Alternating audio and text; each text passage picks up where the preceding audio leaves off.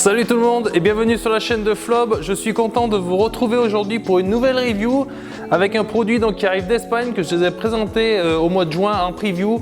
Donc le Akira GP de Simula-G. Écoutez, je vais vous présenter ça tout de suite en détail. C'est parti!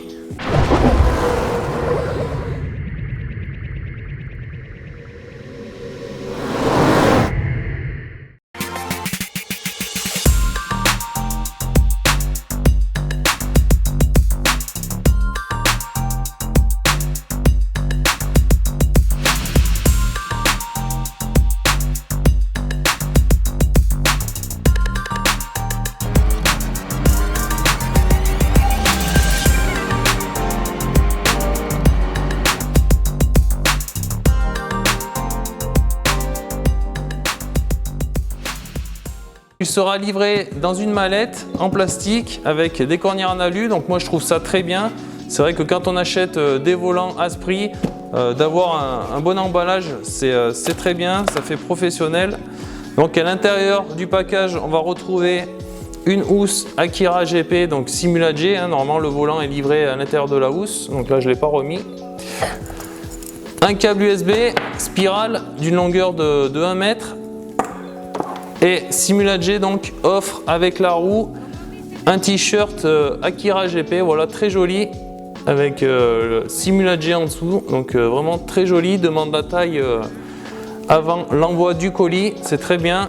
Voici en détail la roue Akira GP de Simula-G. Elle va donc mesurer 29,5 cm de long par 16,5 cm de haut et elle aura un poids de 2,5 kg. Donc nous avons une roue assez lourde.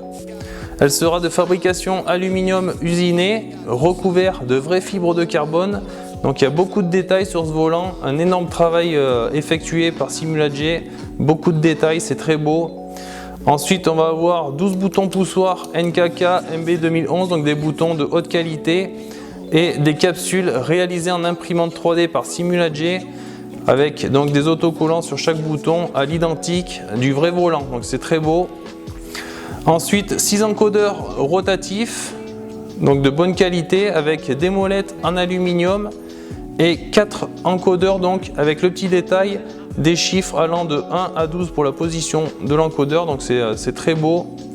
Ensuite, sur le bas, 3 encodeurs également rotatifs avec des capsules réalisées en imprimante 3D par Simula-G. Sur le haut du volant, on va avoir donc 2 LED sur la gauche et sur la droite, donc pour le drapeau jaune et rouge.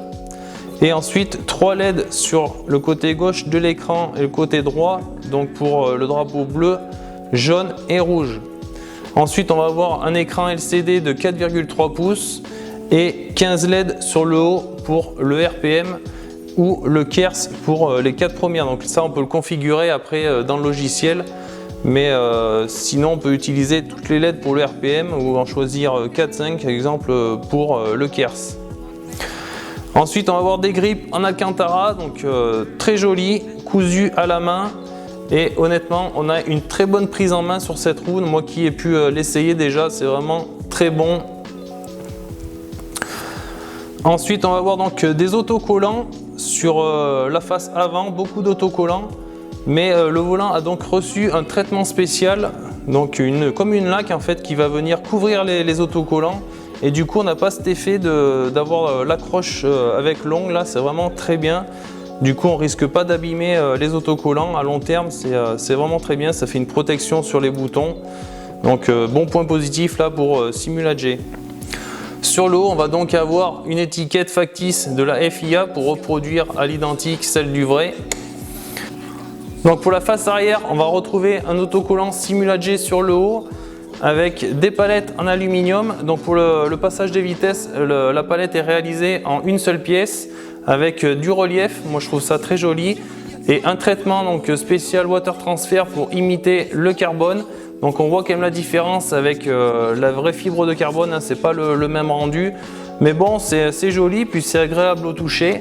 Donc des palettes qui ne seront pas magnétiques. Il y aura un bouton poussoir à ce niveau-là pour le passage du rapport supérieur et un bouton poussoir à ce niveau-là pour le passage du rapport inférieur. Ensuite, il y aura 2 ressorts de rappel donc à ce niveau-là sous les vis BTR. Et sur le bas, donc 2 palettes pour l'embrayage, donc des palettes en aluminium avec un traitement water transfer également pour imiter le carbone, donc des palettes avec un bouton poussoir également, et des palettes réglables, donc avec les 4 vis BTR qui se trouvent sur la palette.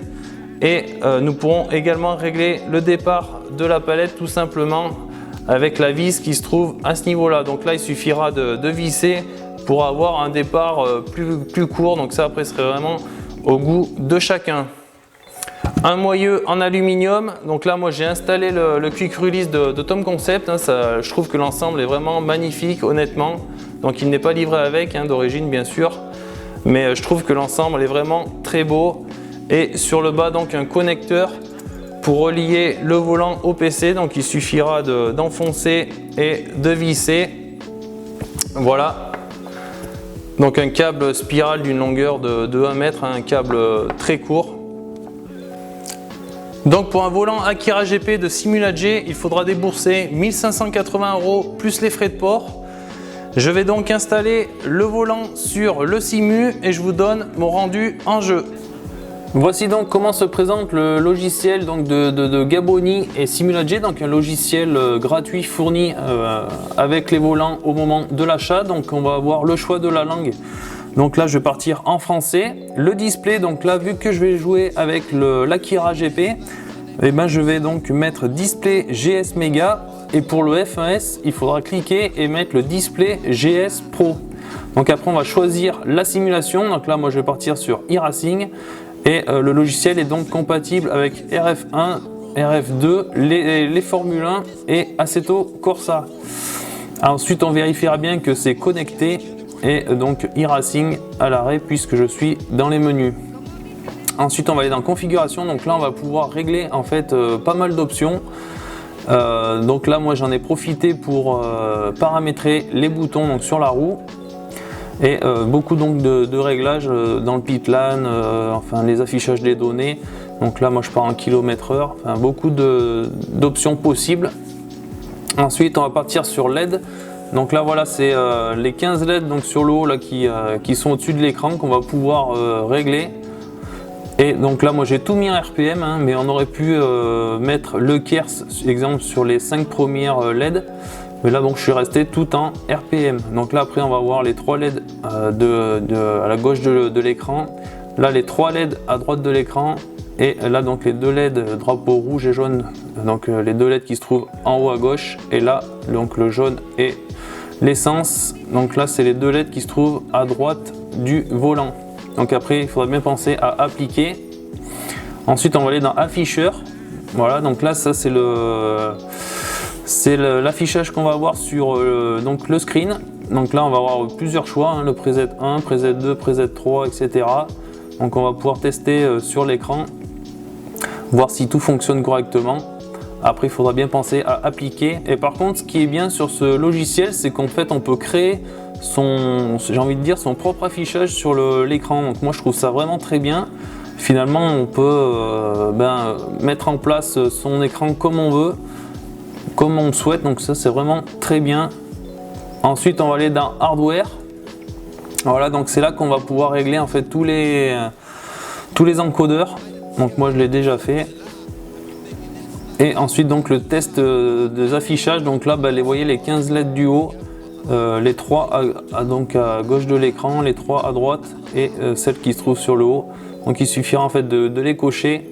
Et après on fait envoi et en fait ça permet de tester donc toutes les LED et l'affichage là sur l'écran. Donc le logiciel est vraiment très simple et très complet, moi je le trouve vraiment très bien. Donc là très bon logiciel, bon point positif là pour Simula-G, très bien. Bah, écoutez, on se retrouve dans les stands pour tester donc l'Akira GP. Je vais tester le Akira GP de Simula-G et je vous fais une petite conclusion. C'est parti.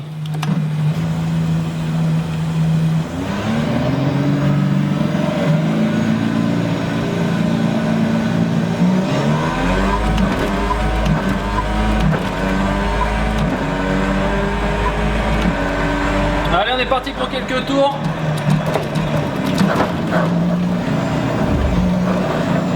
Donc le volant, je l'ai monté monté rapidement hein, avec le cuir de Tom Concept. Très simple.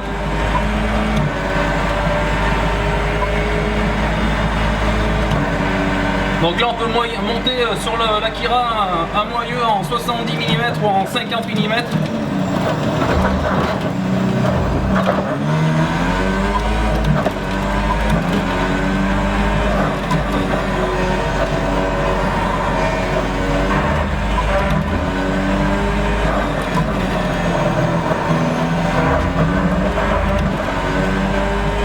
Donc là dans les premières courbes déjà j'ai un très bon grip, très bonne prise en main.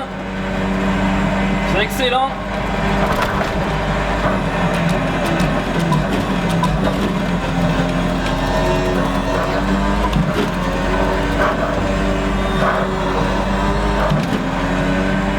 Donc là avec les 15 lèvres configurables, donc que j'ai configuré dans le logiciel que vous avez pu voir, donc tout en RPM. Donc j'ai également attribué les boutons. Et j'en ai profité donc pour configurer l'encodeur du milieu. Voilà donc pour le changement d'écran. Moi je trouve ça vraiment excellent. Très bien. Donc avec des encodeurs rotatifs de la marque Boons.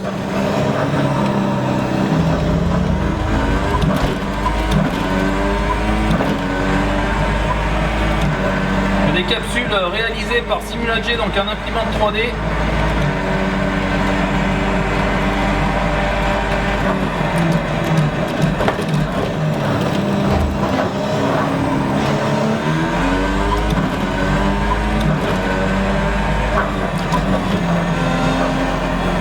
Donc on a quand même une très belle roue. Assez lourde quand même parce qu'elle fait 2,5 kg. Donc sur des volants Direct Drive, on le ressent pas trop, mais je pense que sur des basses Toastmaster ou même Fanatec, on doit quand même ressentir le poids de la roue.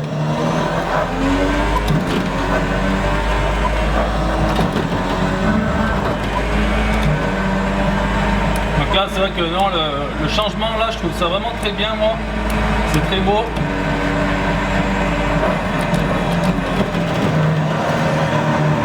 Avec donc des boutons poussoirs NKK MB 2011, donc des boutons de haute qualité.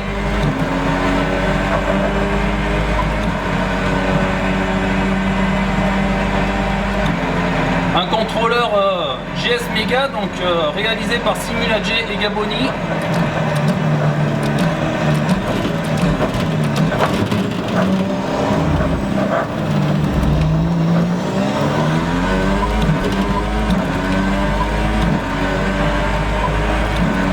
Donc pour les palettes, elles sont bien réglées. Donc j'avais retouché un peu l'embrayage avant.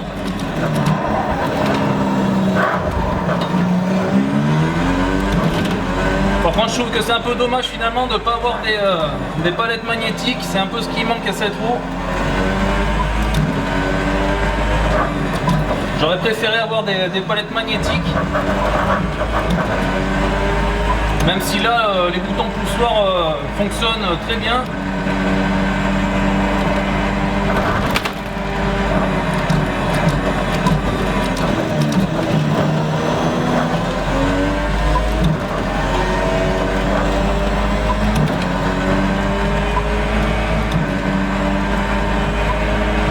Mais là, cet encodeur là, c'est très bien, franchement.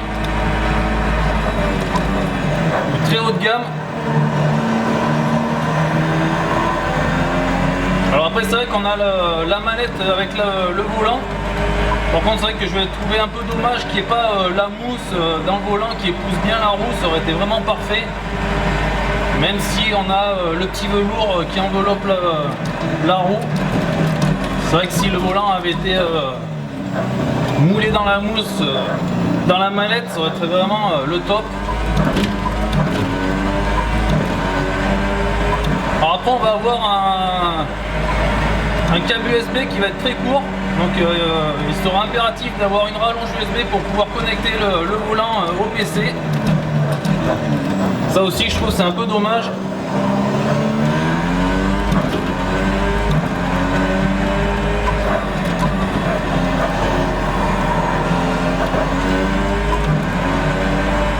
Donc en ce qui concerne l'entreprise Simula-J, ben moi j'ai contacté Juan par Facebook. Donc c'est vrai qu'il répond assez rapidement, même si là j'ai pris un peu de temps en fait pour réaliser la review parce que j'attendais des infos et j'avais pas de retour de leur part. Mais bon, finalement il m'a répondu, donc c'est parfait. Allez, je vais finir le tour là et je vais vous laisser sur un tour avec le zoom sur la roue. Vous laisser apprécier cette magnifique roue Mercedes.